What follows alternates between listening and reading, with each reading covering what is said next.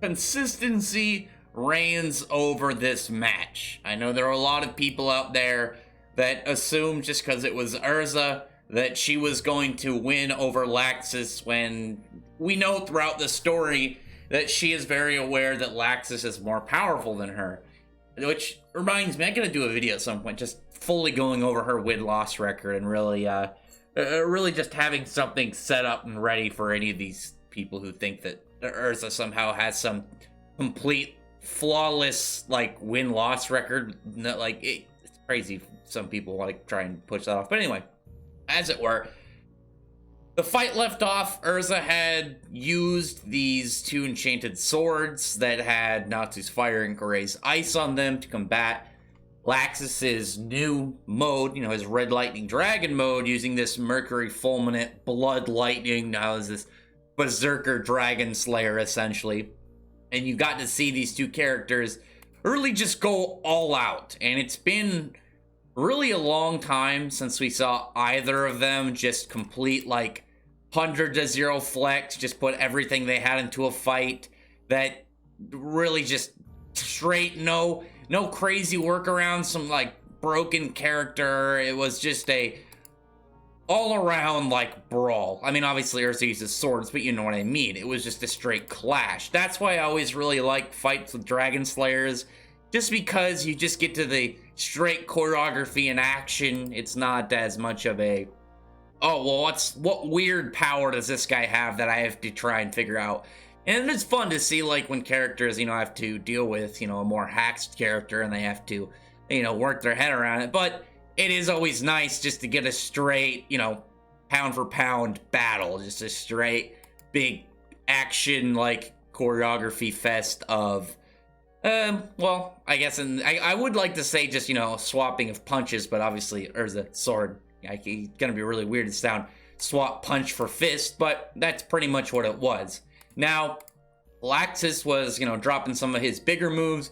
He's using his Heavenward Halberd. He's using his Mercury Fulminate, the one that actually was what he defeated Wall with, because though he has this form, that was a specific attack, and at this point, he's displayed that Urza is more powerful than Wall, and Laxus, though not more powerful than Irene, I know somebody's going to try and push that out there, more powerful than Dusema, which, just noting to the people who would otherwise have to go back and read, don't remember, Dusema, though a very powerful attack, the fact that Urza, was able to destroy it, and it was this meteor that Irene called from such a distance that the Fairy Tale planet, which is huge, much bigger than our version of Earth, their planet looked tiny, so very, very fast meteor from very long distance.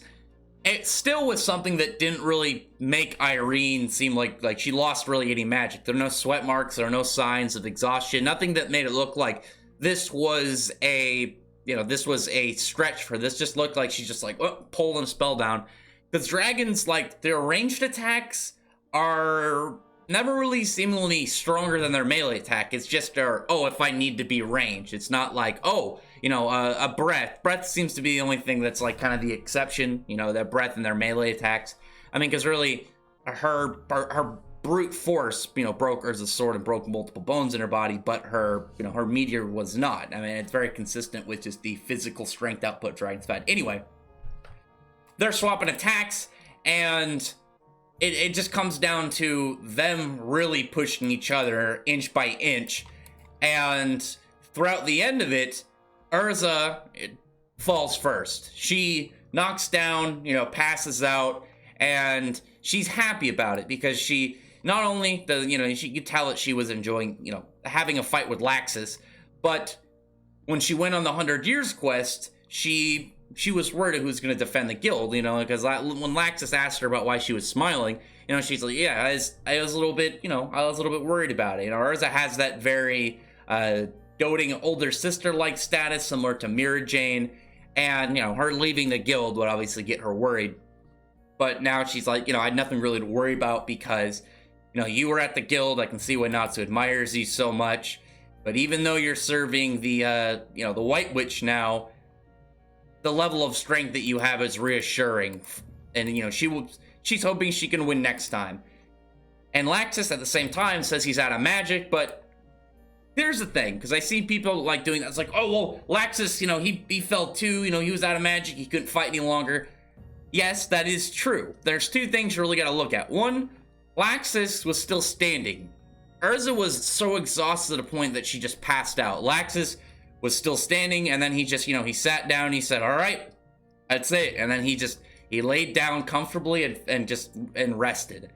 There is a huge gap between, man, I'm tired, I'm gonna go lay down and go to sleep, versus just passing out in place. I think anybody can, think of those two scenarios. It's probably happened to them at some point. I know there's an entirely different level of exhaustion between those two. But also, here's the thing. Laxus was fighting at full himself, his own soul power, his own capabilities. Urza was buffed by Wendy, had Gray and Natsu enchants on top of that. Though, obviously, these are tools. Urza is a very, she's a weapons master. Her weapon is important. When she has these swords to where they're permanently like this, that's different than having an outside buff. And obviously, with that, she's about Laxus level, so that's still a really big step for her, right? I've seen a lot of Urza fans, trying to jump on the chain and defend, like, oh, well, Laxus... Laxus wasn't, he wasn't himself, so she wasn't fighting to kill. Obviously, neither was Laxus, because he's not trying to, stomp on her head now that she's down. But here's the thing you have to keep in mind. Since the start of the series, Laxus has been above Urza. Anytime where it seemed like Urza, had gotten stronger, it hasn't really been at a point where you can really say, oh, well, she's stronger than Laxus now. The only point where is you can kind of speculate, oh, well, with the whole do Senma Urza destroying that meteor, she must be above Laxus for sure, right? Well, Laxus went and took attacks from Ravines of Time, boosted Actinologia, which, at the same time, you could say that's easily above anything Irene is capable of, seeing as base Actinologia was more powerful. They're not including, Dragon or Ravines of Time consumed.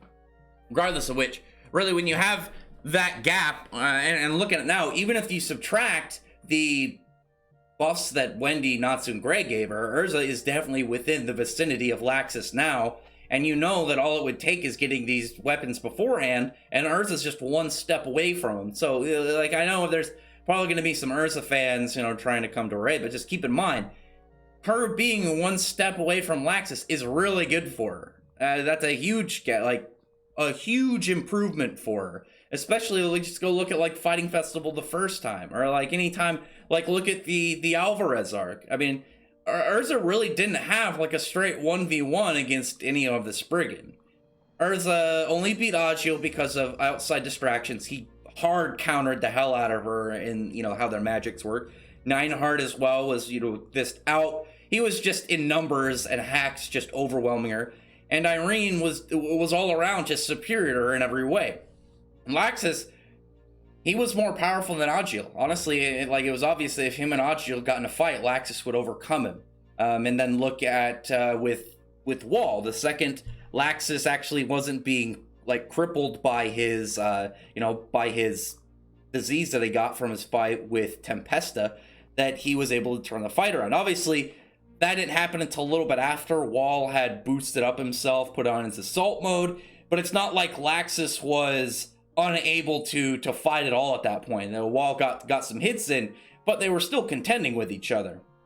But really, it's really impressive at this point. I mean, really, it could be worse. Urza could be Mira Jane, and it's you can hype her up, but everybody knows, who reads the series know Mira Jane is not nearly as powerful as you guys make her out to be. I mean, good on you, Gray, but we all know that you're more powerful than Mira Jane. Regardless of which, I thought that was really nice. I thought it was a huge improvement for Urza, as a character. We saw a nice little bit of soft side to her when she was talking about, being worried about the guild. But the fact that, again, she's at Laxus's feet now is good. That is a huge step for her. She can easily, I think, overcome him at the rate she's going. Because I still think that Laxus is going to become Guildmaster after Makarov. And Urza, will still be going out on crazy quests, while Laxus is doing more of, the home, locked-in spot for the guild. So it wouldn't surprise me if Urza ends up, taking, overseeing him, just completely just overpassing him in her power level. But for now, Laxus is still above her, and and there's Laxus fans that were worried that he was gonna get like crushed by Urza, and Urza fans probably a little bit rustled that she lost. Regardless of which, now we have Kyria, who, well, decided to go and break the orb, fight her urge to want to go eat Laxus, which again, I'm very curious to what her plan is with that. Is she gonna just like straight like Kirby him, or is she gonna like bites off pieces of his arm like a piranha? That whole aspect I'm very curious about. I don't know, I'm still thinking that she's gonna, probably try and want to abduct him. And then Laxus gets just brought into their guild as like another just shipped over dude. But orb broken, there's still rattling going on with the the dragon god Alderaan. Now there's only 2 orbs left. There's the one in the middle that Natsu and Happy Toka are at, and there's one on the left shoulder, which I don't believe there's anybody over yet, because we had looking at it, we had the one where Urza was at. She was on the left hand. Natsu and crew were all on the right hand, which was the first one destroyed. Wendy was on the right shoulder, which was destroyed. So you only have those 2 left, and we still, is it going to be, who's going to be over there? I'm just like trying to think off the top of my head, because we already had Wraith go. Nebel is, over on, the opposite end of that shoulder with Wendy, and Toka's in the center. So you're either going to have like Georg be over there, like him show up, or maybe get some members of the White Witch's cult that we haven't met yet, not mind-controlled ones that are like unique to her crew. Either way, that's, really, other than that, it's just gonna be like maybe Wendy and Nebel going over there. Actually, that sounds way cooler, because just looking at, if you look at the distance between them, obviously the gap between them looks a lot smaller if you just look at that kind of like overmap when it showed a bunch of the just showed the hands and the stats of the crystals. But as it is now, when you just kind of like look at that, there's probably like, I don't know, like a good couple 100 miles between them. Like Alderaan is massive, and like just his hands alone, I think they're supposed to be like 40 to 50 kilometers. So like there's probably like a good 100, 200 something miles in between those guys, and I think the like 40 to 50 kilometers is also pretty lowballing when you look at those mountain ranges. But anyway, just seeing like a big mobile battle, Wendy finally getting like actual just air manipulation flight, like when we saw Irene take over her body, and maybe something from Nebel. I know he's got like the whole sticky dragon thing, but it also involves like a little bit of spider like style of things he can make. A kind of like a parachute. I know spiders can, move through the air by having strands of their web kind of like flutter out in the air, and then the wind pick them up. But I don't know. I like that idea though. I just wanted to put that out just because it was really neat. But after that point, we get back to Natsu. Happy are talking to Toka, and they're worried about Toka, obviously, that she is going to get the 5 herbs destroyed and try and steal the power of Alderaan. I still think that the orbs are in place by the people that live there, and they're keeping him asleep. And once it gets to sleep, then he's going to wake up and go on a rampage, and maybe probably be pissed off that he's been asleep this whole time. And at the same time of being asleep, they probably also have to like some protection over him. Because unlike the other dragon gods, he's the one you would have to figure out a way to hide him. Because, like Ignia could easily just, like, live in some cave and whatnot. Like, Mersphobia had the entire ocean. Alderaan is freaking massive. Like, he's a big fucking dude. So, some form of concealing magic to, any dragons or, some aspect of them that would take into effect. I don't know. But, regardless of which, we'll find out soon, because there's only 2 orbs left. One is in the room with Natsu, and now the White Witch, who's taken Toka's body back over, which did confirm that the form that we've been seeing is what she actually looks like, because that was one of the questions, had coming up before we got the reveal that Toka was an Exceed, was, if this is what Toka looks like, what does the White Witch look like? And then it's, oh no, this is what the White Witch looks like. Toka is, she's an Exceed. But now she's like, happy that she's she's before Natsu again. She's even calling him Natsu-sama, as, high level of respect. And at this point, she wants him to submit to her. And so I'm still wondering when she says Natsu-sama if it had to do with Toka, and obviously Toka's confusion of the mixed match between Natsu and Happy. But I'm wondering if instead, like, maybe she knows that Natsu was a creation of Zeref. Because obviously she knows about Zeref, and she seems to be very sneaky from the shadows, like, kind of like recon and intelligence based, instead of just, like, overarching, like, empire that Zeref had, and just, like, the massive expanse that his was. She seems more, like I said, sneaky, like, hidden, and, going from whispers and, sleight of hand kind of tricks. And from that, again, I'm wondering, because if she knows that aspect of him, then she's gonna want to try and obtain that for her own. Not just, oh yeah, Natsu Dragnel, he's really powerful. It's E&D, Zeref, the Black Wizard, most infamous wizard in the entire fairy tale history that we know of. That's his greatest creation, who's, has got all these powers and abilities built into him, all these things he's resistant to because he was made to kill Zeref. So that's gonna be, I think, by itself a really intriguing question to come up, just because at that point it's like, what is she going to utilize him for? Because we still don't know the full extent of Toka's plan. We know that she wants to, she wants to white out magic. She sees, when things get too powerful, they become, quote unquote black, like she said with Zeref. And she wants to return magic to, like, nothingness, just kind of this voided out, because that obviously the white doctrine, tranquility and nothing, just absolute void. Kind of reminds me of when Death the Kid in Soul Eater, when he was affected by madness, and to him, absolute symmetry was nothing, and it would just be this big empty space to create perfection.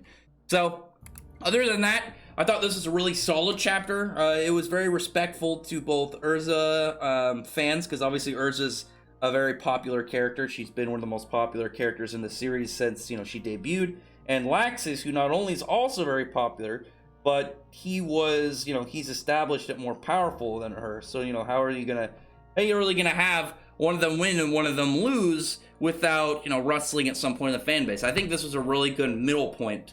Though Urza lost, it's still a huge amount of progress for her. I mean, like, especially like Laxus. Look at Laxus back in the fighting festival, and any of that time. The idea of sort of like Urza being any form of a threat to him was like laughable. And now, he was very respectful, very appreciative, of how close she was and how much she's become. And I know he's like, was talking about like, oh, I should be saying that I'll win next time. It's like, you won, Laxus. You don't need to be a little too humble, but, it should still appreciate, like, she's definitely taken strides in comparison to the gap between you two, during Fighting Festival #1. But anyway, comment below. Tell me your thoughts are about this chapter. Tell me your thoughts about this whole setup and what exactly you're looking forward to. I think next week is the last chapter of it being weekly, and then it will go back to bi-weekly. And this is a pretty good spot to leave it off. Toka losing control again, the White Witch being back, Urza being out of commission, and really just 2 orbs, and then we're going to get to see what goes on with Alderaan. I'm really looking forward to Alderaan. And, like, just the idea of, like, a dragon of his stature rampaging is going to be so cool. Because not only is he obviously, like, a very powerful dragon god, but the dude is just a titan, and, like, his normal hand swipes are gonna be, like, covering, like, the horizon, and his breath is gonna be so cool. I can't wait to see his breath attack. Other than that, like I said, comment below, thumbs up the video, from the like button and subscribe button, and check out my other videos. But than that, I appreciate everyone who's already subscribed, and I thank you all for listening. Bye.